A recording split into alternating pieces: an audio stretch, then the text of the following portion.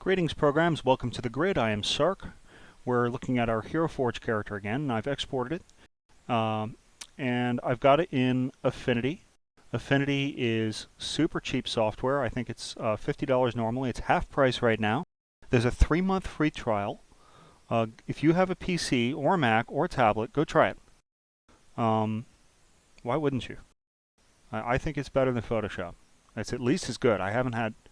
I thought it was going to take a steeper learning curve getting in here, but I've done pretty much all the things that I would normally do in Photoshop. I don't pretend to be a Photoshop expert or a skilled painter, but you know what I can do? I can paint by numbers. So, as though I was painting some military mini, I could just paint this guy from the bottom up, you know, section by section, color by color, and you can see that once I take this background layer that I got from Hero Forge out, I'm not particularly skilled. You know, here's a place where I overlapped a little, whatever, it's fine. It kind of created it looked like it was a shadow. Here's a section in the sandal I missed. It's fine.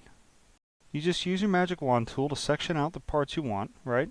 So I could go, let's see, I would turn off all those layers. Let's get them all off. And then I would have my original, right? And I can just select invert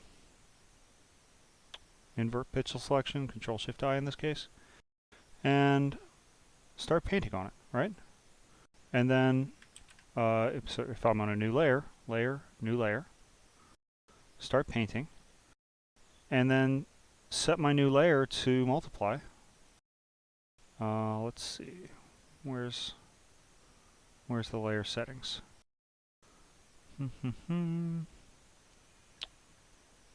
Thought I knew what I was doing. There is a layer there. There it is. It's just not in the same place. I was just in Pixlr, so I was used to right-clicking. Set it to multiply, and there all my detail comes back through. So, with a little more care, selecting a few bits with the polygonal lasso or the magnetic lasso that are built into just about every photo program now. Where are they at? Is this the lasso tool? Where's my lasso? Oh, you go to freehand selection and then you have modes on it in this case. So you got freehand, polygonal, and magnetic. Now if we were in Pixlr, which is free, and works in a web, I'm pretty sure you can save it as WebMP, and I'm pretty sure WebP. I'm pretty sure that if you happen to be in, get rid of this menu real quick. What's going on here? There we go. If you happen to be in a Chromebook and in Chromium web browser or Chromium operating system, that when you save as WebP, I bet that you'll be able to open the file right in Chrome. So you'll be able to move it to your docs or your drive or whatever. I bet that this works. So, curious if that works actually. You also have the other save options, so for my purposes, PNGs are desired, but whatever you like. And yeah, this one's completely free. I didn't even have to create a login, although you can. It gives you two choices when you load the Pixlr website. That's PIXLR. There's an advanced version and like a basic version. I just clicked the advanced version, and it gave me all the tools that I'm used to having in Photoshop or in Affinity. So here's another option. The one I'm going to get going on today is this this pirate that I did up in Hero Forge. He's this Githyanki pirate. If you don't know anything about the Githyanki, they have these characters in fantasy role-playing that are pirates on the astral sea, and when people enter the astral realm, their spirits are disconnected from their bodies, and then these wonderful guys come along and they slice people's silver cords with their silver swords and kill them dead that way. So that's nice of them to do that. But I had this idea that one might be wandering around in my Wonderland game Githyanki traditionally have a Vorpal blade, and I thought, wouldn't it be fun if one had shown up to do some mercenary work for one king or another queen, and he had somehow misplaced his blade along the way, which would just infuriate him, because the Githyanki will kill anybody who takes one of their blades. They can sense it from miles away, and then they'll come hunting them. And so I thought it'd be fun because the Vorpal blade is mentioned in what's his name? Lewis Carroll's, at least his pseudonym, his poem, The Jabberwock, as the blade which is able to slice off the Jabberwock's head. And Vorpal blades have a tradition in D&D of being able to decapitate things, and I'm pretty sure that's where they got it from.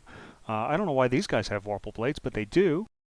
So I thought it would be fun to have one running around in my Wonderland, and maybe the players run into his sword. Maybe that'll be a complication for them. So anyway, I built him out here with the tools that were available in Hero Forge. They don't really have a Githyanki race, but I thought, he's kind of gauntish, he's kind of elfish, but he's got this like desiccated face, so I just put like the zombie face there, and it kind of works. Here's an example. Here's a piece of art I was going from. You can see that they're quite decadent and cruel. You sort of get all this here, and then this one's kind of fun because they all seem to sort of have like a Grinch reference, and this one has like Cindy Lou Who hair. But I put mine in a top knot. I thought that would make him look a little scarier. In any case, this one's going to be fun to paint, right? They've got all this crazy alien detail on their skin, and these crazy, muscles where there shouldn't be muscles and things like that. So I'm going to go ahead and paint that in Affinity today. I've got that loaded in here. I'm going to do it the same way I've done before, where I'm going to select the inverse, and I'm going to make a new layer, new layer. I'm going to set the layer to multiply. If you're in Pixlr, you just right click on the layer and set it to multiply, and then start painting, right? And, well, black might not be the color. Yeah, here we go. Anything but pure black, and then you're just going to wipe out all your detail. But as long as the color you're painting is lighter than the color of your grayscale detail, then you're going to get all those fun shadows in there. Of course, I'm not just going to paint him red. That would be boring. I'm going to go in and take my time with the polygonal lasso, with the perhaps magnetic lasso, and start selecting, bits of sandal and things. And I'll do a different layer for the feet and a different layer for the... If you saw with the Goliath I did like one paint for the sandals, and then the toes, and then the pants, just up as I went. And it's kind of a peaceful process. Didn't really take me more than an hour. Felt a little intense at times there, but it could really be a relaxing process if you take your time with it. So I think that's how I'm going to paint my Githyanki today.